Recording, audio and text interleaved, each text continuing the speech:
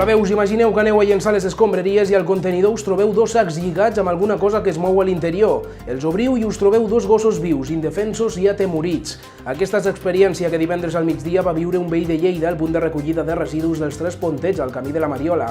Aquest home va recollir els animals i els va dur fins a la protectora als Amics dels Animals del Segrià, on van determinar que els dos gossos, un mascle de color marró i una femella blanca i negra, només tenien 3 mesos de vida. La protectora s'ha posat en contacte amb la Guàrdia Urbana per a que obri una investigació i comprovi les imatges de les càmeres de seguretat que hi ha al punt de recollida dels Tres Pontets per tal d'identificar la persona que ha comès aquesta acció inhumana. Així mateix també demana col·laboració ciutadana.